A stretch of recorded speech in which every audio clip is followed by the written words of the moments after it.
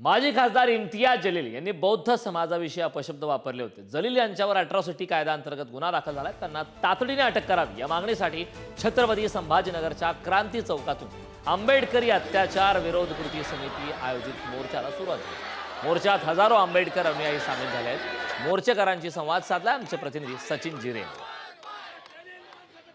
आता ज्या वेळेस त्यांनी भावना दुखवण्याचं काम त्या ठिकाणी केलेलं आहे, म्हणून त्यांच्या विरोधात पोलिसांनी त्यांना आतापर्यंत अरेस्ट केलेली नाहीये। यांच्या पाठीशी नक्की खंबीरपणे जर कोणी उभा असेल तर ते या राज्याचे मुख्यमंत्री देवेंद्र फडणवीस, आणि म्हणून त्यांना 8 दिवस झाले आतापर्यंत त्यांना अरेस्ट करण्यात आलेलं नाहीये। आमची हीच मागणी आहे की त्यांना तात्काळ अरेस्ट झाली पाहिजे। प्रमुख मागणी म्हणजे जे माजी खासदार इम्तियाज जलील साहेबांनी जे वक्तव्य केलं त्याच्याबद्दल पहिले मी तीव्र निषेध करतो व ते वारंवार पालकमंत्री संजय शिरसाट असो किंवा समाजाबद्दल असो त्यांच्या भावना समाजाला आता कळलेल्या आहेत आणि त्यांचा जाहीर निषेध मी व्यक्त करतो।